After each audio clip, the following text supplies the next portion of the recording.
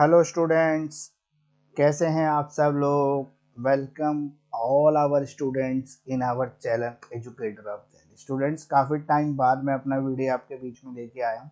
बहुत टाइम से क्लासेस के बीच में मैं काफ़ी बिजी चल रहा था, तो आप तक कोई अच्छा वीडियो नहीं आ पाया था। लेकिन अभी मैं दोबारा से जो है अपने इंपॉर्टेंट क्वेश्चन सीरीज़, काफ़ी हॉट फेवरेट सीरीज़ है और सब बच्चों को इस सीरीज़ का इंतजार रहता है, तो आज से ये सीरीज़ आपके लिए स्टार्ट हो गई है। अभी हम और सेमेस्टर के सारे एग्जाम्स को कवर करेंगे। तो आज जो है B L L B 7 semester के बच्चों के लिए, और एल एल बी में भी ये सब्जेक्ट है, लेबर एंड इंडस्ट्रियल लॉ। आज इसके इम्पोर्टेंट क्वेश्चन मैं आपके बीच में लेके आया हूँ 7 सेमेस्टर्स वाले बच्चों के लिए। आज से सीरीज स्टार्ट हो गई है।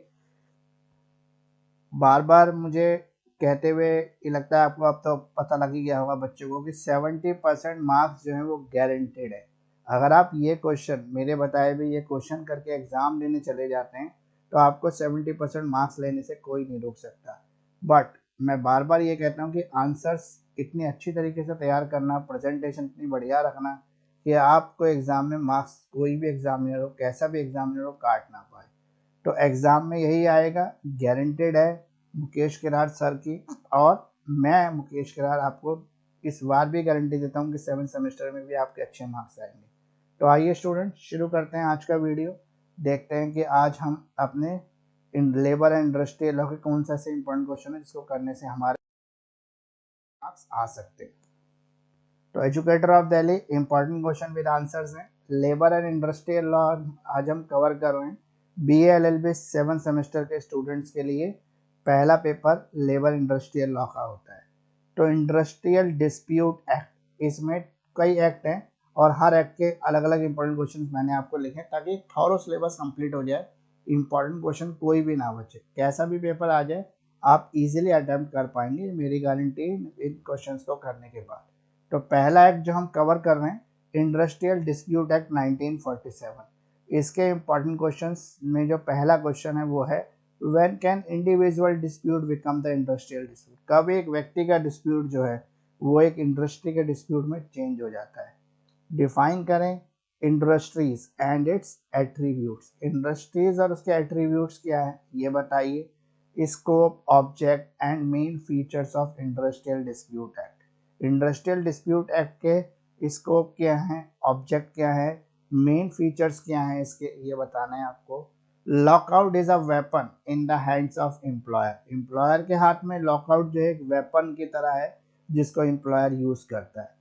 इसके ऊपर टिप्पणी करनी है आपको, कंप्लीट डिटेल में आंसर लिखना है इसका। Is notice is compulsory before declaring lockout. क्या लॉकआउट डिक्लेयर करने से पहले नोटिस देना कंपल्सरी है, ये बताना है आपको।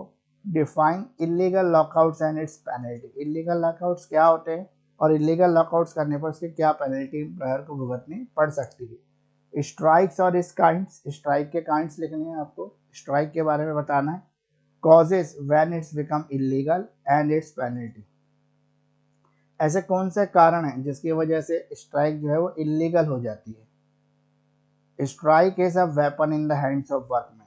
जैसे लॉकआउट एम्प्लॉयर के हाथ में वेपन है, ऐसे एम्प्लॉयज के हाथ में वेपन क्या है, स्ट्राइक है। ये बताना है आपको, वर्कमैन के हाथ में। Compensation and power of the various authorities constituted under the industrial dispute है। इंडस्ट्रियल डिस्प्यूट एक्ट में जो अलग अलग अथॉरिटीज अपॉइंट की जाती हैं, वो किस तरह के आप वो किस तरह के उनके पास पावर्स होती है, वो किस तरह की कंपनसेशन दे सकते हैं। Machinery for the settlement of industrial dispute. Industrial dispute को सेटल करने के लिए कौन सी मशीनरी है और वो कैसे काम करती है। अगला क्वेश्चन है, lay off and protection provided to the laid off workman under the industrial dispute. तो ले ऑफ प्रोटेक्शन प्रोवाइडेड करनी है आपको laid off workman under the industrial dispute में। अगला क्वेश्चन है, what do you mean by retrenchment procedure. छटनी का process क्या होता है for the retrenchment of a workman. एक वर्कमैन की छटनी कब की जा सकती है। How the retrenched workman may B री एम्प्लॉयड। एक रिट्रेच वर्कमैन को री एम्प्लॉयमेंट कैसे दिया जा सकता है। डिफरेंस कीजिए आप री अटैचमेंट एंड लॉस के बीच में। अगला क्वेश्चन, इसका लास्ट क्वेश्चन इंडस्ट्रियल डिस्प्यूट का है, procedure, power and duties of labour code under the industrial dispute act. इसके अलावा लेबर कोड के साथ साथ इंडस्ट्रियल ट्रिब्यूनल आपसे पूछ सकता है, या नेशनल ट्रिब्यूनल्स की भी प्रोसीजर, पावर और ड्यूटीज पूछ सकता है, तो ये भी आप तैयार कर लेना। टोटल कितने टॉपिक हो गए हमारे 1 2 3 4 5 6 7 8 9। तो 9 टॉपिक्स अगर आप कर लेते हैं इंडस्ट्रियल डिस्प्यूट्स के तो आपका कंप्लीट जो है ना इंडस्ट्रियल डिस्प्यूट्स एक्ट कवर हो जाता है और ऐसा कोई क्वेश्चन नहीं आएगा एग्जाम में जो इनसे इन टॉपिक से बाहर। अगला सेकंड हमारा जो एक्ट है वो है ट्रेड यूनियन एक्ट 1926। तो ट्रेड यूनियन काफी इंपॉर्टेंट एक्ट है। Procedure for the registration of trade union, एक ट्रेड यूनियन को रजिस्ट्रेशन करने का क्या प्रोसेस है। How many members are required for registration of trade union, trade union के रजिस्ट्रेशन के लिए कितने मेंबर्स की जरूरत है। Power and functions of registrar of a trade union, trade union का जो रजिस्ट्रार होता है उसके क्या पावर्स हैं और क्या फंक्शंस हैं। Right and immunities and liabilities of a registered trade union, registered trade unions के राइट्स क्या है, इम्यूनिटीज क्या है, लाइबिलिटीज क्या है, ये बतानी है आपको।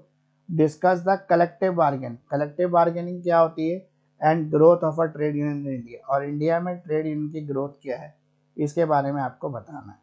तो ये हमारे दो एक्ट हमने इस स्लाइड में कवर कर लिए, इंडस्ट्रियल डिस्प्यूट एक्ट 1947 और ट्रेड यूनियन एक्ट 1926। टोटल उसमें 9 टॉपिक थे और दूसरे वाले में हमारे 5 टॉपिक हैं ट्रेड यूनियन वाले में। तो ये दोनों एक्ट कंप्लीटली कवर हो जाएंगे। तीसरा हमारा है employees provident fund and miscellaneous provisions act 1952। इसमें आपको करना है discuss the composition and duties of different authorities, authorities जो इसके अंदर होती हैं अलग अलग, उनकी क्या ड्यूटीज हैं और क्या कंपोजिशन है। What are the offences, offences क्या होते हैं for which a company is liable, जिसके लिए कंपनी लायबल होगी under the employees provident fund act 1952। Employees provident fund act 1952 जो है उसके अंदर applicability and objects of act, act की एप्लीकेबिलिटी क्या है, उसके ऑब्जेक्ट क्या है। Contribution under the employees provident fund, employees provident fund के अंदर जो कंट्रीब्यूशन होता है, किसका कंट्रीब्यूशन, एम्प्लॉयर प्लस एम्प्लॉय का, वो बताना है आपको इसके अंदर। तो ये टोटल 5 टॉपिक हैं इसके अंदर भी, नहीं 4 टॉपिक हैं इसके अंदर जो आप कवर कर लेंगे तो employees provident fund and miscellaneous provision act cover हो जाएगा। अगला है हमारा मैटरनिटी बेनिफिट एक्ट 1961। तो notice of a claim under the act, इसके अंदर कब नोटिस कर सकते हैं क्लेम करने के लिए। Appointment and power of inspector, inspector जो अपॉइंट किया जाता है उसका प्रोसीजर क्या है, उसके पावर्स क्या है इंस्पेक्टर की। Liabilities of employer and method of punishment, employers के क्या लाइबिलिटीज है, उसको क्या मेथड है पनिशमेंट देने का एम्प्लॉयर को जो दिया जाता है। When this benefit can be forfeited, इस बेनिफिट को कब फॉरफिट कर सकते हैं। Maternity benefit in the case of death of a woman, एक वुमेन की अगर डेथ हो जाती है तो क्या वो मैटरनिटी बेनिफिट ले सकती है। ऑब्जेक्ट ऑफ एन एक्ट, एक एक्ट के ऑब्जेक्ट क्या क्या है। तो ये मैटरनिटी बेनिफिट एक्ट भी आपका कवर हो गया। अब अगला जो है हमारा वो है पेमेंट ऑफ बोनस एक्ट 1965। अगर हम पेमेंट ऑफ बोनस एक्ट की बात करें तो ये हमारा 5वां एक्ट है जो हमारे लेबर इंडस्ट्रियल लॉ के अंदर आता है। इसका पहला टॉपिक है आपका salient features of the payment of bonus act 1965। Under which circumstances a workman is eligible for bonus, workman कब एलिजिबल हो सकता है बोनस के लिए। Discuss the limitation of age permissible, limitation कब परमिसेबल हो सकती है। तो ये आपके टोटल 3 टॉपिक हो गए बोनस एक्ट के अंदर, और मैटरनिटी बेनिफिट एक्ट के अंदर हो गए आपके 6 टॉपिक, और 5 टॉपिक हो गए आपके employees provident fund and miscellaneous act provisions act के अंदर। तो ये स्लाइड में हमारे टोटल 3 एक्ट कवर हो गए। अब हम अगले स्लाइड के, तो अगले स्लाइड में हमारा है payment of wages act 1936। Define the wages and its object and scope, wages क्या है, उसके ऑब्जेक्ट क्या है, उसका स्कोप क्या है। डिफाइन कीजिए फैक्ट्री और इंडस्ट्रियल एस्टेब्लिशमेंट को। पावर ऑफ इंस्पेक्टर, इंस्पेक्टर्स की पावर क्या होती है ये बताना है आपको। Definition deduction, enumerate the deduction which can be lawfully made from wages, ऐसे कौन से डिडक्शन है जो वेजेस में से होने अलाउड है या हो सकती है, ये बताना है आपको इसके अंदर। अगला है आपका इसके अंदर distinguish between the minimum wages, fair wages, living wages. तो मिनिमम वेजेस क्या होता है, फेयर वेजेस क्या होता है, लिविंग वेजेस क्या होता है, और what is the procedure for fixation and revision of minimum rates of wages. तो मिनिमम रेट ऑफ वेजेस को फिक्सेशन करने का क्या प्रोसीजर है और उसको रिवाइज करना हो तो क्या प्रोसीजर। अगला है आपका वर्कमैन कंपनसेशन एक्ट 1923। तो वर्कमैन कंपनसेशन एक्ट 1923 जो है इसको देख लेते हैं। इसमें पहला क्वेश्चन है एम्प्लॉयर्स की क्या लाइबिलिटी है कंपनसेशन पे करने की। एम्प्लॉयज का कब अधिकार है, entitlement for compensation, amount of compensation, कब एम्प्लॉय जो है कंपनसेशन के लिए हकदार है और कितना कंपनसेशन मिलेगा उसको। तीसरा टॉपिक है इसके अंदर doctrine of national extension of employers premises, employers के प्रेमिसेस के एक्सटेंशन क्या, मतलब कहाँ पर अगर कोई भी दुर्घटना हो जाती है तो एम्प्लॉय कंपनसेशन का अधिकारी है, वो वर्क प्लेस है, वर्क प्लेस के बाहर जहाँ पर भी वर्किंग ड्यूटी कर रहा है वो। अगला है इसके अंदर difference between total temporary partial, total temporary partial and total permanent disability. तो तीन तरह के डिसेबिलिटीज हैं यहाँ पर, total, temporary, total partial, total permanent, ये तीनों आपको बतानी है। तो टोटल इसके अंदर कवर हो गए टॉपिक आपके चार टॉपिक ऐड कर लेंगे तो वर्कमैन कंपनसेशन एक्ट कंप्लीट हो जाएगा आपका। अगला आपका एक्ट है यहाँ पे एम्प्लॉय स्टेट इंश्योरेंस एक्ट 1980, इसके ऑब्जेक्ट क्या है, कैरेक्टरिस्टिक्स क्या है और स्कोप क्या है इस एक्ट के। उसके अलावा अगला है आपका power and duties of employees state insurance corporation, तो एम्प्लॉय स्टेट इंश्योरेंस कॉर्पोरेशन के ईएसआई के क्या पावर्स हैं, क्या ड्यूटीज है। 9 child labour prohibition and regulations act 1986, इसमें एक्सप्लेन करने इसके डिफरेंट प्रोविजंस को एक्सप्लेन कर देंगे तो हो जाएगा। अगला क्वेश्चन है हमारा give brief account of evaluations of industrial legislation in India. तो टोटल ये हमारे 10 टॉपिक में मैंने इसको सिलेबस को डिस्ट्रीब्यूट किया है और हर एक्ट के अंदर से कुछ इंपॉर्टेंट टॉपिक्स आपको बता दिए। ऐसा इसलिए किया है क्योंकि लेबर इंडस्ट्रियल लॉ में कई सारे एक्ट हैं जो इसमें शामिल हैं, तो इसलिए इसी तरह से इनके इंपॉर्टेंट क्वेश्चन बताए जा सकते थे। फिर मेरा हमेशा से मकसद ये रहता है कि स्टूडेंट से लिमिटेड ही पढ़ना पड़े, स्पेशली जो वर्किंग स्टूडेंट है, क्योंकि अधिकतर मेरा फोकस रहता है वर्किंग स्टूडेंट्स के लिए ऐसे नोट्स तैयार करना, क्योंकि वर्किंग स्टूडेंट्स के पास काफ़ी कम समय होता है पढ़ने के लिए, तो अधिकतर वो ऐसी चीज़ें तलाशते हैं कि कम से कम पढ़ने पर उनके अच्छे थोड़े से मार्क्स आ सके और वो इजीली पास हो सके। मेन टारगेट उनका पास होना होता है। तो मेरा उन्हीं बच्चों के लिए वीडियो बनाने का इरादा रहता है ताकि उनको डिफिकल्टीज कम से कम हो, क्योंकि उनके पास समय बड़ा कम होता है पढ़ने के लिए। तो ये मेरा कंप्लीट जो है लेबर इंडस्ट्रियल लॉ के इंपॉर्टेंट क्वेश्चन कवर हो गए। एलएलबी के बच्चे इनको पढ़ सकते हैं जो 4th सेमेस्टर ऑफ एलएलबी में, और बीएलएलबी 7th सेमेस्टर के बच्चों के लिए काफ़ी इंपॉर्टेंट कॉन्सेप्ट मैंने क्लियर कर दिया है आपको। इसके नोट्स पीडीएफ भी अवेलेबल है, अगर आप इसके पूछ सकते हैं अपनी मेहनत से, अपनी एफर्ट्स लगा के आपको आंसर इजीली मिल जाएंगे, ज़्यादा डिफिकल्टी होगी नहीं। गूगल पे सर्च करेंगे तो बहुत सारे लीगल ब्लॉग्स आपको मिल जाएंगे और लीगल ब्लॉग्स में बहुत सारे बच्चों ने इसके आंसर्स प्रोवाइड कर रखे हैं, वहाँ से आप आंसर लें, आंसर का प्रेजेंटेशन बढ़िया रखें तो आपको 70% मार्क्स लाने से कोई नहीं रोक सकता। Answers of all important questions are available in PDF format at reasonable price। मेरे पास सभी क्वेश्चंस के जो आंसर्स हैं वो अवेलेबल है, PDF फॉर्मेट में अवेलेबल है एक रीजनेबल प्राइस पर। प्राइस तो मुझे चार्ज करना ही पड़ेगा क्योंकि मैं खुद एक फैमिली मैन हूँ, मेरे भी बच्चे हैं, मेरी भी फैमिली के प्रति रिस्पॉन्सिबिलिटीज़ है, उनको पूरा करने के लिए पैसा चाहिए होता है। फिर भी मैं आपको यूट्यूब पे फ्री कंटेंट देता हूँ ताकि वो बच्चे जो फ्री में लेना चाहते हैं क्वेश्चन को क्वेश्चन मिल जाए। थोड़ा एफर्ट्स आपको लगानी पड़ेगी, फिर आपको आंसर्स खुद से तैयार करने पड़ेंगे। लेकिन अगर जिन बच्चों के पास टाइम कम है, जो वर्किंग स्टूडेंट है, वो चाहे तो मुझसे पीडीएफ लेके पढ़ सकते हैं, मेरे पास इन सभी क्वेश्चन के आंसर अवेलेबल है। इसके अलावा एक और ऑप्शन है जो इस बार मैं इंट्रोड्यूस कर रहा हूँ कि अब मैंने वीडियो लेक्चर्स भी कुछ तैयार किए हैं डिटेल एक्सप्लेनेशन के साथ इन्हीं टॉपिक्स पर, इन्हीं क्वेश्चन पर जो इंपॉर्टेंट क्वेश्चन है वो भी आप मुझसे ले सकते हैं।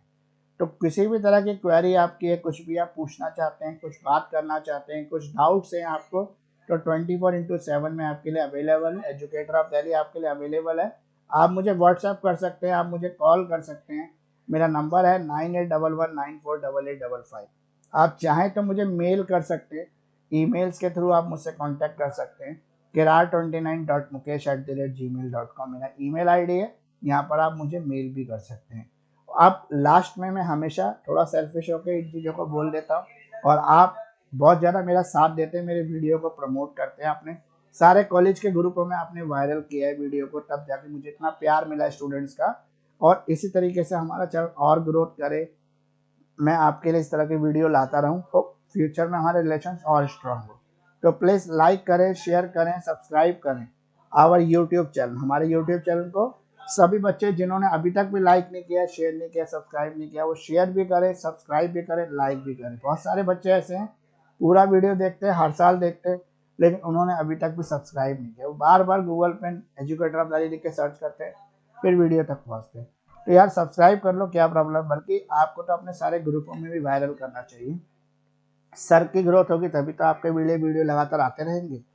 तो यूट्यूब चैनल के लिए सब्सक्राइब जरूर कर लें और बेल आइकन को जरूर दबा लें, क्योंकि बेल आइकन दबाने से आपको बेनिफिट ये होगा कि तुरंत आपको नोटिफिकेशन मिलेगा जैसी वीडियो आए। जैसे बहुत सारे बच्चों ने ये वीडियो मिस कर दिया होगा या काफ़ी दिन बाद देखा होगा या लौट के चैनल पर आए तब देखा होगा, तो उनको ये दिक्कत खत्म हो जाए। इस तरह से आप मुझे फॉलो भी कर सकते हैं इंस्टाग्राम और फेसबुक पर।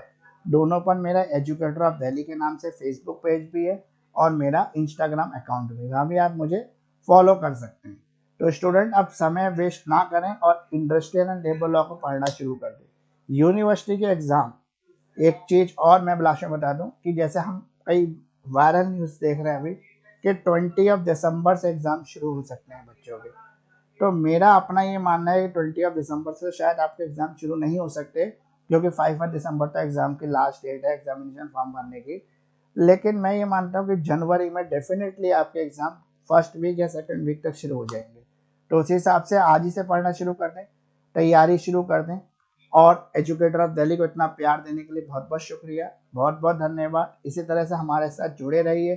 एजुकेटर ऑफ दिल्ली लगातार आपको इस तरह के वीडियो देता रहेगा। तो थैंक यू फ्रेंड्स, इतना प्यार सम्मान देने के लिए। अपने सभी फ्रेंड्स तक फटाफट से इसको वायरल कर दो।